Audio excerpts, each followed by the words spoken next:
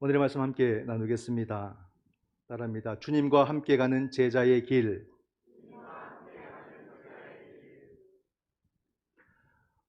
오늘은 사순절 6번째 주일이고 또 다른 이름이 있죠. 종려주일입니다. 사순절이 가장 끝자리에 있는 그런 시간이고요. 또 왜 이 날을 종려주일이라고 말하냐면 우리 친구들도 잘 배우세요. 예수님께서 유월절을 지키시기 위해서, 마지막 유월절입니다. 지키시기 위해서 예루살렘으로 올라오셨고, 예수님께서 예루살렘에 들어오실 때 사람들이 종려나무 가지를 막 흔들면서 예수님을 맞이했어요. 그래서 종려주일이다 이렇게 이야기를 합니다. 그러면서 시작된 이 한 주간이 예수님께서 십자가를 지시고 또 부활하시는 그 한 주간 사이에서 다 일어납니다. 이 한 주간을 우리는 고난주간이다 라고 말하면서 이 한 주간을 우리는 어떨 때는 금식을 하기도 하고 우리가 막 노는 것을 자제하면서 예수님의 그 십자가의 의미를 묵상하는 그런 한 주간으로 보내는 거죠. 그러니까 우리 기독교에 있어서는 가장 중요한 한 주간이 된다는 사실을 아시고, 우리 친구들도 마음을 이렇게 생각하셔가지고 고난 주간 저녁에도 나오시면 좋겠네요. 그래서 함께 기도하는 시간 가질 수 있으면 좋겠습니다. 그러면서 예수님께서 어디서 잡히시냐면 겟세마네 동산에서 잡히십니다. 이 겟세마네 동산은 감람산에 있습니다. 감람나무가 많다고 해서 감람산이라고 하는데 거기에 겟세마네 동산이 있었습니다. 거기에 주님께서는 제자들과 함께 기도하러 가셨어요. 왜 기도하러 가셨냐면 바로 주님께서 이제 십자가의 그림자가 드리워진다는 것을 느끼셨기 때문에 제자들과 함께 기도하러 가신 겁니다. 그때에 이 유대 지도자들이 예수님을 흉계로 잡아 죽일 계획을 세우고 거기에 누가 합류하냐면 예수님의 제자 가룟 유다가 합류를 하게 됩니다. 그래서 이제 십자가가 바로 눈앞에 와 있구나라고 느끼셨던 예수님은 바로 제자들과 함께 감람산에서 겟세마네 동산으로 들어가서 기도를 하신 거예요. 그런 가운데 제자들 중에서 또 세 사람, 베드로, 야고보, 요한을 데리고 좀 더 조용한 곳으로 들어가십니다. 그리고는 주님께서 또 더 들어가셔서 간절한 기도를 하세요. 그 기도의 모습과 장면들이 오늘 본문에 나오는데, 오늘 본문이 좀 가슴 아픈 것은 뭐냐면 예수님의 그 마음이 어떠했는지를 기록하고 있다는 사실입니다. 예수님은 언제나 막 담대하게, 언제나 자신감 있게 그렇게 신처럼만 그렇게 사시지 않으셨습니다. 지극히 연약한 우리처럼 예수님도 십자가 앞에 있다는 것을 오늘 본문이 보여줍니다. 33절에 보면 예수님이 놀라시며 슬퍼했다고 말하고요. 34절에 예수님의 심정을 토로하는 모습이 나옵니다. 내 마음이 심히 고민하여 죽게 되었으니 너희는 여기 머물러 깨어 있으라. 그리고 주님의 기도의 내용이 36절에 나옵니다. 아빠 아버지여, 아버지께는 모든 것이 가능하오니 이 잔을 내게서 옮기시옵소서. 그러나 나의 원대로 마시옵고 아버지의 원대로 하옵소서. 예수님께서 십자가를 앞두고 몹시 괴로워하셨어요. 근데 계속 두 마음인 거예요. 몹시 괴로운 마음과 그러나 아버지 하나님을 너무너무 신뢰하는 이 마음, 두 마음. 죽을 만큼 힘들었지만 그러나 죽을 만큼 힘든 그 마음도 상쇄할 만큼 아버지의 뜻을 따르고자 하는 또 주님의 마음, 이 두 마음이 이렇게 있는 모습이 이 말씀 속에 나오지 않습니까? 우리는 힘들면 내 마음에 집중하잖아요. 괴로우면 내 마음에 집중하잖아요. 이 마음도 진짜 마음이에요. 그러나 이 마음도 있지만 그러나 하나님에 대한 마음도 있단 말입니다. 주님은 이것을 간과하지 않으시고 하나님을 그 가운데서 굳건히 신뢰하시고 내 마음은 죽게 되었지만 결국 하나님의 뜻이 이루어지기를 바라는 그 마음도 주님은 굉장히 컸다는 것을 알 수가 있죠. 그래서 결국 주님은 하나님의 뜻을 따르기로 결정하십니다. 완전한 순종이에요. 온전한 순종입니다. 근데 이 순종이 말같이 쉬운 게 아닙니다. 여러분, 순종이라는 단어는 굉장히 아름답잖아요. 근데 그 순종을 내가 갖기 위해서는 뭘 해야 되는 줄 아십니까? 나를 완전히 포기해버릴 때. 나를 완전히 내려놔야 순종이 되지, 내 마음과 내 고집과 내 중심이 벌떡벌떡 살아있으면 순종이 절대 안 됩니다. 순종은 아무나 가질 수 있는 게 아니에요. 순종은 완전히 나를 내려놓을 때 비로소 우리가 감당할 수 있는 게 순종입니다. 근데 예수님의 이 온전한 순종 가운데는 어느 누구도 도움이 될 수 없었고 어느 누구도 위로를 줄 수가 없었어요. 외로운 순종이에요. 예수님 홀로만 감당해야 되는 순종입니다. 물론 예수님의 그 순종의 길은 우리가 도와줄 수 있는 순종의 길이 아니에요. 그건 구원의 길이기 때문에. 십자가에 죽으시고 부활하시는 구원의 길이기 때문에 우리가 예수님 내가 도와드리겠습니다 할 수 없어요. 그러나 우리가 옆에 있어 드릴 수 있잖아요. 그리고 주님을 위해서 기도할 수 있잖아요. 근데 그것도 안 됐어요. 철저하게 예수님만 가는 길이 되고 말았습니다. 이 외로움이라는 것은 굉장히 크거든요. 우리가 호스피스 제도가 있죠. 여러분 들어봤습니까? 호스피스 제도. 이것은 말기암이나 안 그러면 이제 죽음을 앞두고 있는 사람들에게 홀로 그 시간을 감당하지 않도록 우리가 옆에 있습니다. 우리가 당신의 마지막을 함께합니다. 라고 하면서 도와주는 일이 호스피스 제도입니다. 그래서 그 사람이 외롭지 않도록 마지막 시간 속에서도 누군가가 그 옆에서 함께 있어주기 위해서 그런 제도를 운영을 하거든요. 그런 걸 생각하면 우리가 내 가족이 죽음을 맞이할 때, 내 부모님이 돌아가실 때 우리가 할 수 있는 최선은 무엇일까? 곰곰이 생각하니까 단 하나밖에 없어요. 마지막 순간에 함께 있어 드리는 것. 이것보다 더 중요한 것은 없다는 생각이 듭니다. 마지막 눈이 안 보일 수도 있겠고 그럴 때 우리가 목소리라도 옆에서 계속해서 들려드리고 또는 손을 잡아드리고 그렇게 하는 것이 그냥 절대 가벼운 일이 아닌 거예요. 생각해보면 참 중요하다. 너무 중요하다. 이걸 참 잘해야겠다는 생각합니다. 저는 아버님에게 그런 부분 잘 못했어요. 하필이면 코로나 때, 막 코로나 시작할 때 돌아가셔서 모든 게 다 차단돼 버리고 단절돼 버리고 그러니까 너무 막막한 거예요. 어떻게 해야 되나? 어떻게 해야 되나? 그러다가 돌아가셨죠. 그래서 저는 생각했어요. 내가 죽게 될 때 나의 마지막 시간이 어떠하면 좋을까? 설교를 준비하면서 계속해서 한번 생각해 보았어요. 나는 뭐가 좋을까? 뭘 원할까? 정말 다른 게 없더라고요. 그 시간에 그냥 가족의 옆에 있어주면 좋겠다. 딱 한 가지밖에 없어요. 아내나 가족들이 목소리를 들려주고 또 이렇게 한 번씩 손을 잡아주고 우리에게 있었던 일들을 서로 함께 나누면서 대화하면서 그렇게 우리가 정리하면 참 좋겠다. 물론 그렇게 안 될 수도 있어요. 오늘날에 이렇게 시설에 들어가거나 병원에 있거나 하다 보면 갑자기 차단되는 경우들도 있거든요. 그런 것도 미리 좀 생각을 해서 너무 서운해하지 말아야지 그런 생각도 합니다. 나도 부모님에게 잘 못해드렸으니까 나도 그런 일을 당해도 서운하게 생각은 말아야겠다. 그러나 같이 있으면 좋겠다 이런 생각을 해보았어요. 그렇지 않습니까?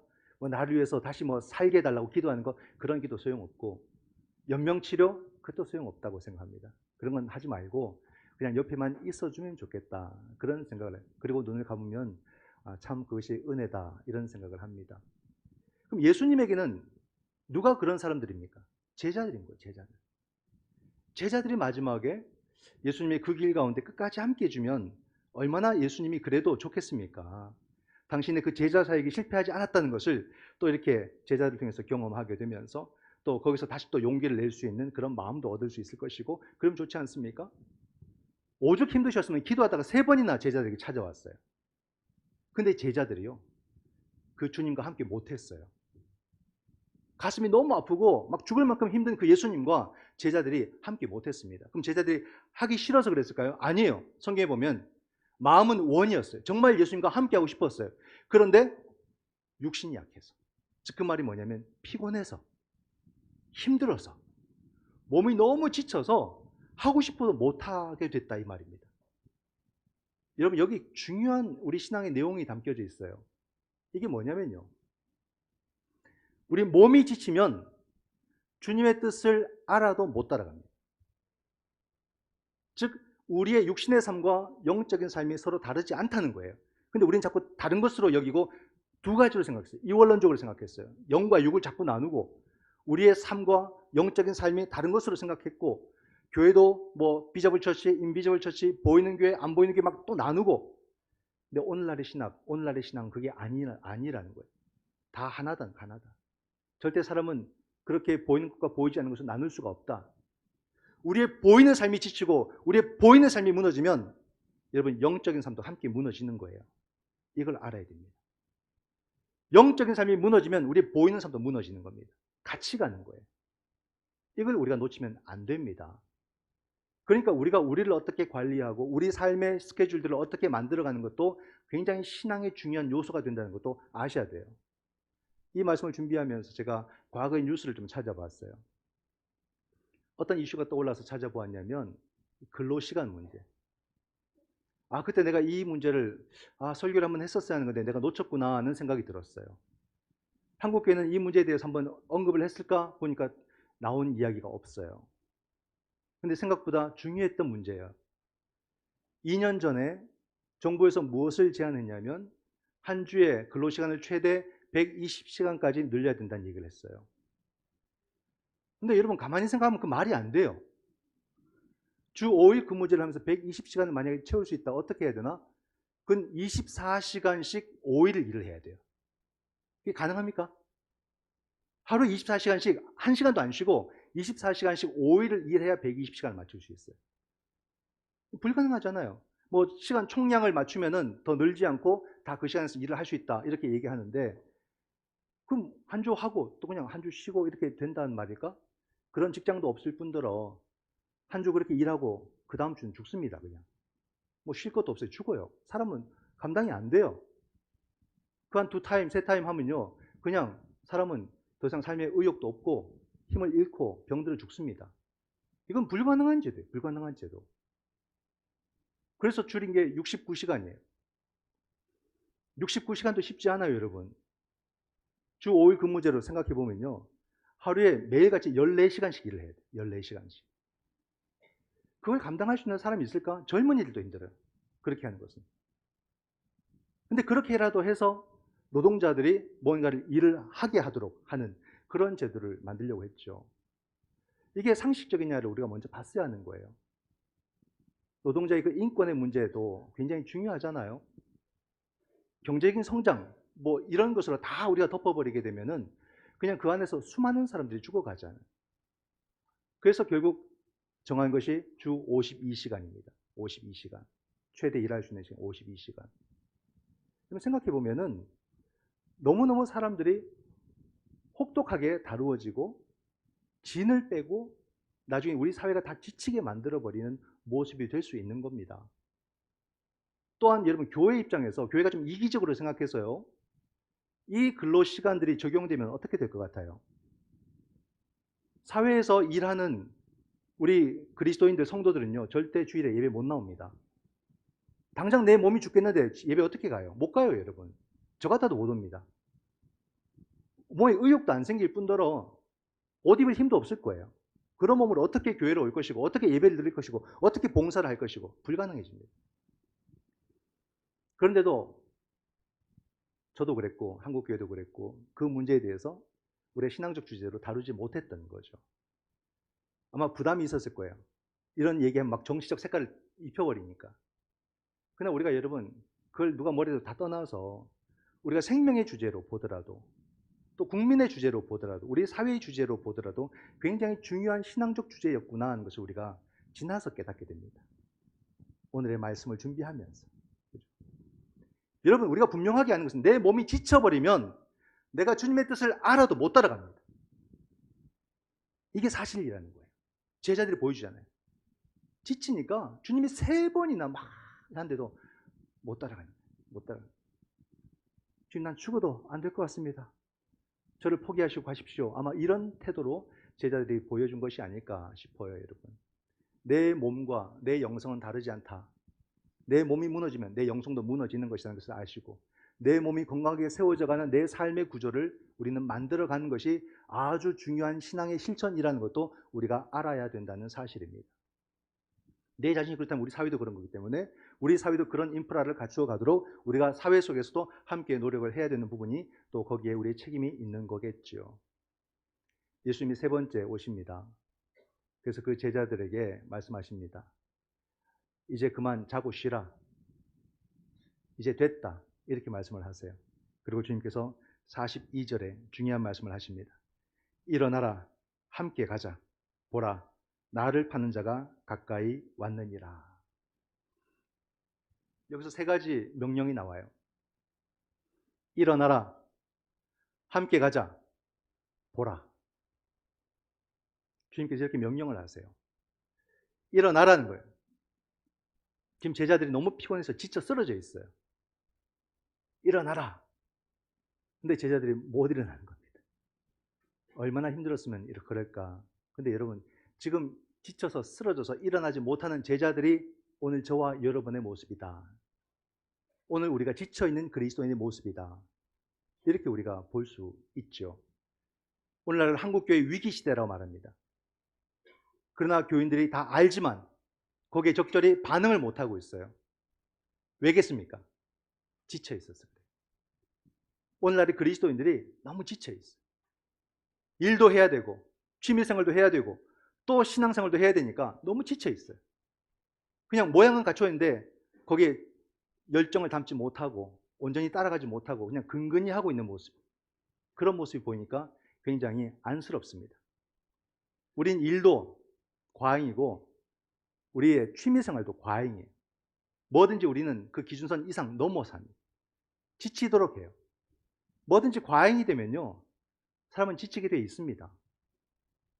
저도 제 일상을 이렇게 돌아보니까 뭐 새벽에 시간은 빼더라도, 새벽 예배 때 시간 빼더라도 사무실에서 막 이렇게 있는 시간이 보통 평균 10시간에서 12시간 사이가 됩니다. 계속해서. 저는 일이 좋아서 그런 사람은 아니에요. 어떤 집사님께서 저한테, 목사님도 워커홀릭이죠? 일 중독.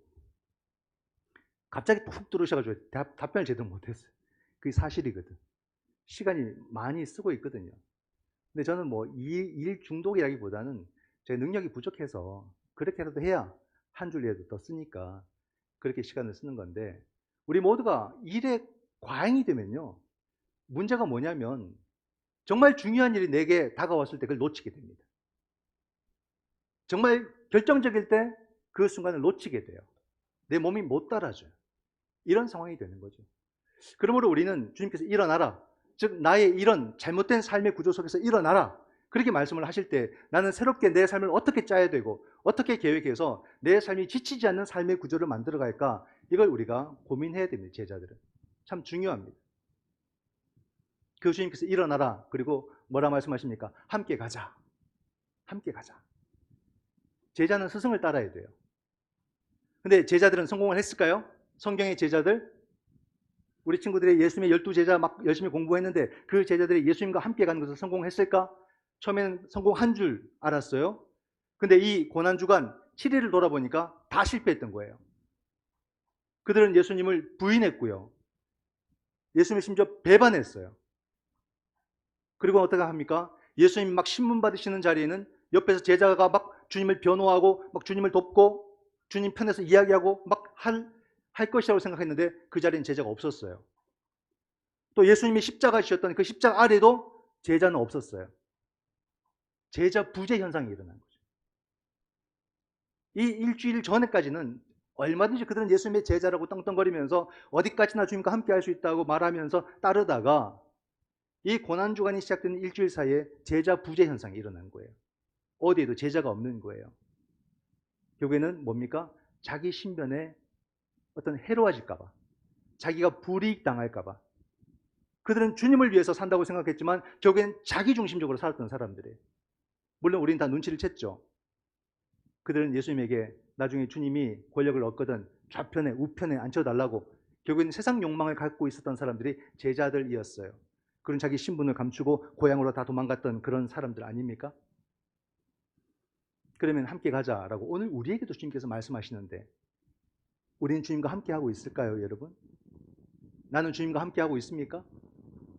교회 나오니까 함께 하고 있다고 생각하십니까? 오늘날 내가 신앙을 뭐라고 생각하는지를 돌아보면 내가 주님과 함께 하고 있는지 아닌지가 나와요. 많은 그리스도인들이 신앙이라는 것을 예수 잘 믿어서 돈 많이 벌고 복 받고 성공하고 출세하는 거라고 생각합니다. 교회에서 열심히 봉사하면 하나님 복 줘가지고 세상에서 돈 많이 버는 걸로 그렇게 생각하고 신앙생활을 해요. 주께 내가 주여 주여 주여 간절하게 기도하면 주님께서 내게 대박 터뜨려 줄 거라고 생각을 하고 그렇게 예수님을 믿습니다. 내가 교회 열심히 봉사하면 사회에 나가서 내가 정말로 좋은 직장을 얻거나 안 그러면 승진이 빠르거나 안 그러면 사업이 잘 되거나 출세할 거라고 믿고 우리는 교회를 열심히 다닙니다. 근데 여러분 성경이 말하는 기독교 신앙, 우리의 신앙은 그런 게 아니더라 이 말이에요. 아니더라. 성경에서 복받은 이야기만 다 발췌해가지고 이거를 그런 신앙으로 우리가 만들고 싶은 것이 우리들의 마음이죠. 근데 성경이 처음부터 끝까지 한결같이 이야기하는 우리들의 신앙이 뭐냐? 예수 그리스도와 함께하는 삶, 이걸 말하는 거예요. 이게 우리의 신앙이다. 이거 외에는 말하고 있지 않습니다. 우리의 삶이 오직 예수 그리스도와 함께 하느냐, 이것만 묻는 거예요. 여기서 모든 건 다 결정되는 겁니다. 내가 어떤 상황에서도 나는 예수 그리스도와 함께 할 수 있는가? 그때부터 자신감이 떨어지죠. 그럼 주님과 함께하는 삶이라고 우리는 당당하게 고백을 못합니다. 어떤 상황에서도 나는 주님과 함께하는 삶을 살겠습니다. 이런 마음이 굳건하게 우리 속에 와야 돼요. 그런데도 오늘날도 여전히 2000년 전뿐만이 아니라 이 21세기에도 여전히 예수 잘 믿으면 교회 열심히 다니면 복받아서 돈 많이 벌고 성공하고 출세하고 그럴 것이다 라고 믿는다면 한국교회는 여전히 위기다, 이렇게 말할 수가 있겠죠. 우리가 신앙 안에서 잘 살고 싶으면요, 그냥 노력하면 돼요. 기도하고 또 노력하고 도전하고 성실하게 살고 지혜롭게 살고 하면 되는 겁니다. 그게 예수 믿었기 때문에 많은 부를 준다, 이렇게 생각하면 신앙이 오염됩니다. 변질돼요. 참된 신앙과 복받는 삶이라는 것은 주님과 함께하는 삶이 복이지 다른 것으로 자꾸 해석을 하면 안 된다는 거죠. 그래서 오늘 우리는 일어나서 주님과 함께하는 제자인가, 이걸 돌아보아야 되고, 마지막으로 주님께서 명령을 하셨습니다. 그게 뭡니까? 보라, 보라. 무엇을 봐야 됩니까? 이제 우리가 주님과 일어나서 함께 가야 되는 이유가 뭐냐면 지금 주님에게 어떤 일이 일어나고 있어요. 예수님에게 어떤 일이 일어나고 있어요. 그게 뭡니까? 주님을 잡으려는 자들이 오고 있는 겁니다. 그걸 보라는 거예요. 예수님을 잡으려는 자들이 온다는 거예요. 그걸 보라는 거예요, 제자들에게. 근데 보니까 깜짝 놀랐어요. 거기에 누가 있냐면 우리와 동고동락했고 같이 먹고 잤던 가룟 유다가 있네요. 같은 제자 유다가 같이 포함되어 있는 겁니다. 두 힘이 뭉쳐서 온 거예요. 어떤 힘이냐면 사내들인이라고 하는 유대 사회의 모든 질서를 책임지고 그 권리를 가지고 그 법을 가지고 살아가는 사람들, 유대 사회의 최고의 사람들, 그 사람들과 누가 만나냐면 로마 총독부가 만난 거예요. 그건 세상의 권력과 힘이죠. 군대의 힘이죠. 그 두 힘, 세상의 권력과 법과 질서는 어디에 사용돼야 됩니까? 바로 백성들의 삶을 보호하고 지키고, 즉 생명을 보호하고 지키고 생명이 평안하게 살아가도록 도와주는 역할을 해야 되는 거예요. 권력과 법과 질서는. 그런데 지금 이 권력과 법과 질서가 서로 만나 결탁을 해가지고 생명을 죽이러 오고 있는 거예요. 예수님을 죽이고 예수님의 모든 생명들을 죽이러 오는 겁니다. 그래서 예수님은 제자들에게 그것을 보라는 거예요. 세상이 어떻게 살아가는지를 보라, 이 말입니다. 오늘날의 세상이 이 권력과 법과 질서가 오늘 이 사회 속에서 생명을 살리는 역할을 하고 있는지 생명을 억압하는 역할을 하고 있는지 그리스도인들은 깨어서 보라, 이 말입니다. 보아야 된단 말이에요.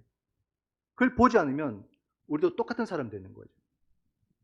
한국 역사는 이 근현대 역사를 우리가 알지 않습니까? 이 땅의 권력과 법과 질서가 어땠습니까? 왜곡돼 버렸잖아요. 그러니까 이것이 얼마나 큰 폭력성을 낳는지를 우리는 역사를 통해서 이미 경험을 한 사람들이에요. 그러므로 우리들의 신앙이 일어나서 주님과 함께 가며 이 세상이 어떻게 가는지를 봐야 되는 거예요. 우리의 신앙이, 여러분, 우리 이웃과 무관하고 우리 사회와 무관하면 뭐하러 신앙 가집니까? 혼자서 그냥 기도하면 되고 교회 나올 필요 없잖아요. 그냥 산에 가서 기도하면 되고.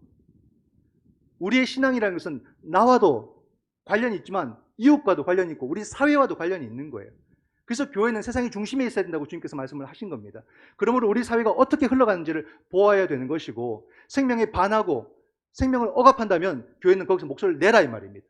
내라는 말이에요. 그렇게 해서 우리 사회와 함께 호흡을 하고 우리 사회와 운명을 같이 하는 공동체가 교회가 되어야 한다라고 주님이 말씀하고 계신 거예요. 비역사적인 공동체, 탈역사적인 공동체가 된다면 교회가 아무런 의미가 없어져요. 역사와 무관하면 안 됩니다. 우리 사회와 무관하면 안 됩니다.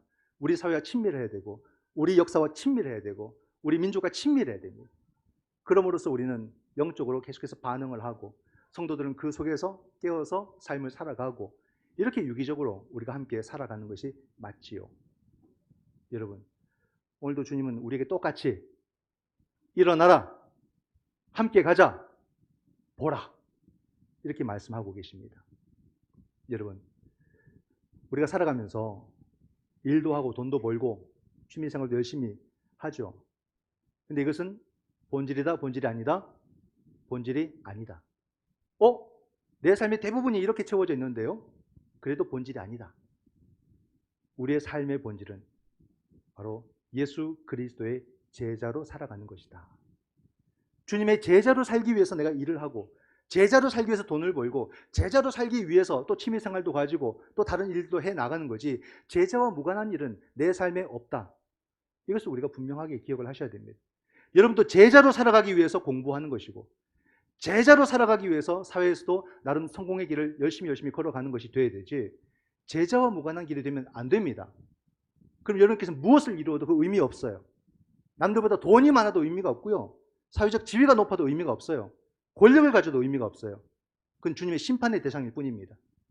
여러분들은 무엇을 이루든지 무엇을 갖든지 그 모든 것이 내가 주님의 제자로 살기 위해서 주님이 허락해 주신 것이다. 이 사실을 분명하게 믿으시기 바랍니다.